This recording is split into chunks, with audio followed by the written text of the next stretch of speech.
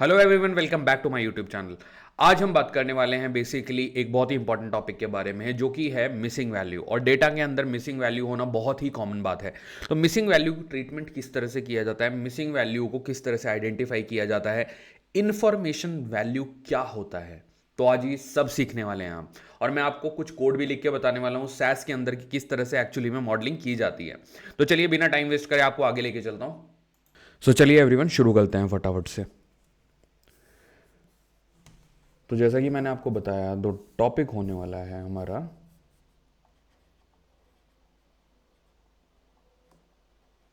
Detecting missing and outliers.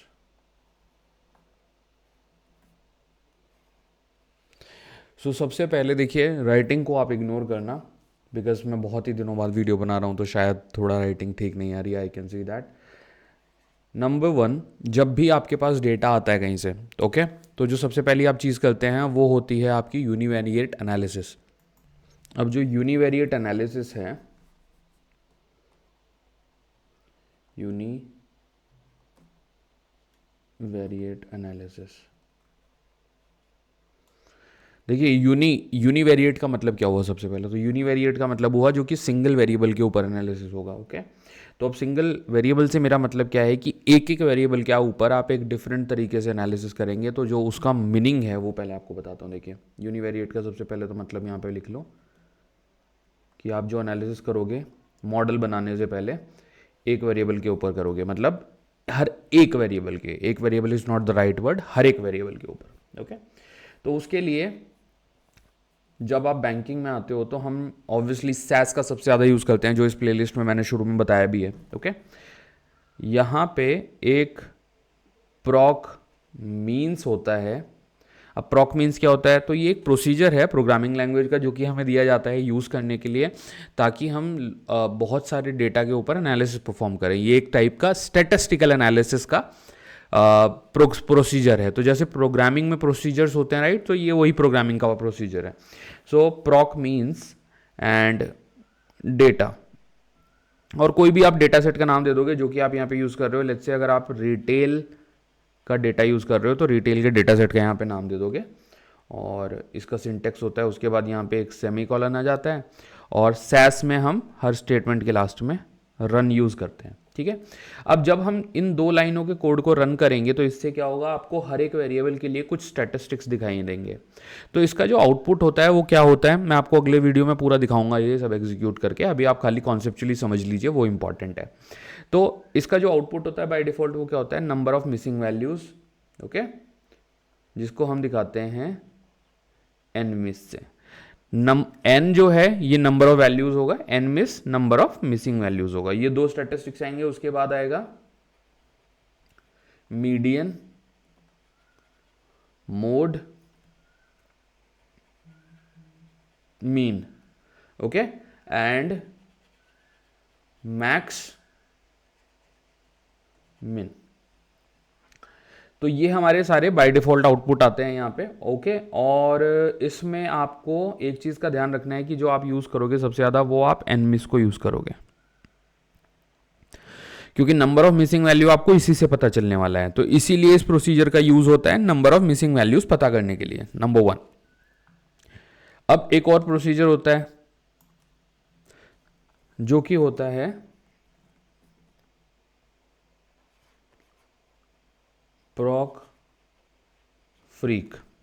अब प्रॉक freak का आप क्या यूज करोगे, अगेन रिटेल का डेटा पास करोगे इक्वल टू रिटेल। तो जो रिटेल बैंकिंग का डेटा है वो यहाँ पे आ जाएगा, एंड इसको हम कर देंगे रन। यहां से हमें, इस प्रोसीजर से हमें बेसिकली क्या मिलेगा, डेटा का स्प्रेड, डेटा का स्प्रेड मिलेगा। अभी आप ये सारी टर्म याद कर रखना, अभी नेक्स्ट वीडियो में आपको जब कोडिंग के थ्रू मैं समझाऊंगा तो आपको सब क्लियर हो जाएगा ये। तो प्रॉक मीन से आपको क्या मिलेगा, number of missing value. Okay, जब मीन मीडियन सिमिलर नंबर होता है सो आउटलायर ज़्यादा नहीं होते। एक चीज़ और याद रखो यहाँ पे, जब प्रॉक मीन्स के आउटपुट में अगर आपका जो मीन और मीडियन की वैल्यू है, अगर ये ऑलमोस्ट सिमिलर है, इसका मतलब आपके डेटा में बहुत ज़्यादा आउटलायर नहीं है। ओके, तो ये आपको एक नोट बना के रखना है अपने पास। और दूसरा, प्रॉक फ्रीक्वेंसी से हम क्या चेक करते हैं, प्रॉक फ्रीक्वेंसी से हम डेटा का स्प्रेड चेक करते हैं। ठीक है, कि डेटा का स्प्रेड कितना है। अब ये क्या देता है आउटपुट में, सिर्फ कैरेक्टर वेरिएबल के ऊपर चेक करो। देखो जो प्रॉक मीन्स है इसको आप यूज करो न्यूमरिक वेरिएबल्स के लिए आपके मॉडल में जितने भी हैं, और प्रॉक फ्रीक्वेंसी को यूज करो कैरेक्टर वेरिएबल के लिए। तो कैरेक्टर वेरिएबल के ऊपर प्रॉक फ्रीक्वेंसी लगाओ। और प्रॉक फ्रीक्वेंसी में एक एग्जांपल के लिए बहुत अच्छा ऑप्शन है जिसको हम कहते हैं टेबल्स। टेबल्स ऑप्शन यूज होता है प्रॉक फ्रीक्वेंसी में। और इसके साथ आप सिर्फ अगर ये लिख दोगे ना अंडरस्कोर कैर अंडरस्कोर, तो जितने भी कैरेक्टर वेरिएबल हैं खाली उनके ऊपर जो एनालिसिस है आपको वो मिल जाएगा इजीली। ओके, तो ये होता है आपका, ये आपके दो बहुत ही इंपॉर्टेंट प्रोसीजर है सैस के अंदर जो यूनिवेरिएट एनालिसिस को करने में हेल्प करते हैं। यूनिवेरिएट एनालिसिस क्यों करते हैं, मिसिंग वैल्यू को ट्रीटमेंट करने के लिए या फिर आउटलायर डिटेक्शन करने के लिए। ओके, एंड जो थर्ड प्रॉक्स है, थर्ड प्रोसीजर है, मैं प्रॉक बोल रहा हूं तो आप समझ लेना प्रोसीजर, वो है इनमें से सबसे ज्यादा इंपॉर्टेंट, जिसका नाम है प्रॉक यूनिवेरिएट। यूनिवेरिएट और अगेन डेटा, ये सिंटेक्स है इसका, और यहां पे लिख दो रिटेल, इसको बंद करो और इसको रन करो। अब देखो प्रॉक यूनिवेरिएट जो है, okay, this प्रॉक only is for numeric variables. Again ये न्यूमेरिक वैल्यू के ऊपर परफॉर्म करता है, बट इसका जो यूजेज है वो बहुत ही ज़्यादा है, बहुत ही ज़्यादा मॉडल के लिए अल्टीमेट यूजेज है इसका। क्योंकि ऊपर वाले से देखो आपने यहाँ पे मिसिंग वैल्यूज़ पता कर ली, मीन मीडियन से आपको आउटलायर का थोड़ा आइडिया हो गया, यहाँ से आपने हर एक कैरेक्टर वेरिएबल का डेटा का स्प्रेड देख लिया। बट जो एक यूनिवेरिएट है ना, ये आपको काफ़ी सारी ऐसी चीज़ें देता है जो कि आप स्टैटिस्टिकल एंगल से अगर सोचोगे तो वो बहुत इंपॉर्टेंट है। वो क्या क्या देता है वो मैं आपको बताता हूँ, बट उससे पहले यहाँ पे जब आप इसमें जनरली डिटेल के बाद यहाँ पे हम सेमीकोलन डाल देते हैं कोडिंग में, बट प्रॉक यूनिवेरिएट में एक एग्जांपल होता है जिसको कहते हैं नेक्स्ट ऑब्स इक्वल टू 30। और जो प्रॉक यूनिवेरिएट है इससे आप प्लॉट भी कर सकते हो, मतलब ग्राफ भी बना सकते हो। तो यहाँ पे प्लॉट का ऑप्शन भी होता है, तो it's totally depending on your need. तो आप ये अभी के लिए ऑप्शन समझ लीजिए बस। अब इसके जो आउटपुट है ना उस पर ध्यान देते हैं। देखो मोस्ट इंपॉर्टेंट है आउटलायर में ये कैसे हेल्प करता है, जो कि हमारा आज का टॉपिक है, वो मैं आपको समझाता हूँ कि प्रॉक यूनिवेरिएट की जो आउटपुट है वो क्यों इंपॉर्टेंट है। प्रॉक यूनिवेरिएट की जो आउटपुट टेबल बनती हैं तो वो 5 आउटपुट टेबल बनाता है ये। जब आप इसमें पूरा डेटा सेट पास करोगे तो ये अपनी 5 आउटपुट टेबल आपको जनरेट करके देगा। एक टेबल का नाम होता है मोमेंट्स, दूसरी टेबल का नाम होता है quintiles, then basic statistics, third table का नाम होता है, देन होता है test for location, fourth output table, और फिफ्थ आउटपुट टेबल का नाम होता है एक्सट्रीम ऑब्जर्वेशंस। अब थोड़ा आपको बैकग्राउंड दे देता हूं कि हर आउटपुट टेबल में क्या होता है। तो जो मोमेंट होती है वहां पे अगेन एन, मीन, स्क्यूनेस, ये सारी वैल्यूज आपको मिलती हैं। मोमेंट टेबल इसलिए इंपॉर्टेंट है। स्क्यूनेस क्या होता है, मतलब डेटा का झुकाव किस तरफ है। उसके बाद वेरिएंस, कर्टोसिस, कोरिलेशन, ये सारी वैल्यू इसके अंदर आ जाती हैं। तो ये सारे स्टैटिस्टिकल मेजर हैं, इसलिए बहुत इंपॉर्टेंट प्रोसीजर है। क्विंटाइल्स क्या होते हैं, क्विंटाइल्स मतलब कि डेटा में कोई भी अनोमेलिटीज़ है या नहीं, डेटा में कोई जंप तो नहीं है सडनली, वो सारी चीज़ें आ जाती हैं। उसके बाद बेसिक स्टैटिस्टिक्स में आ जाता है अगेन आपका mean, median, standard deviation, variance वगैरह। टेस्ट फॉर लोकेशन में आपकी आ जाती हैं पी वैल्यूज, जो कि बहुत इंपॉर्टेंट फैक्टर होता है मॉडल्स के लिए। और उसके बाद आ जाता है आपका एक्सट्रीम ऑब्जर्वेशंस, जो कि यहाँ पर है।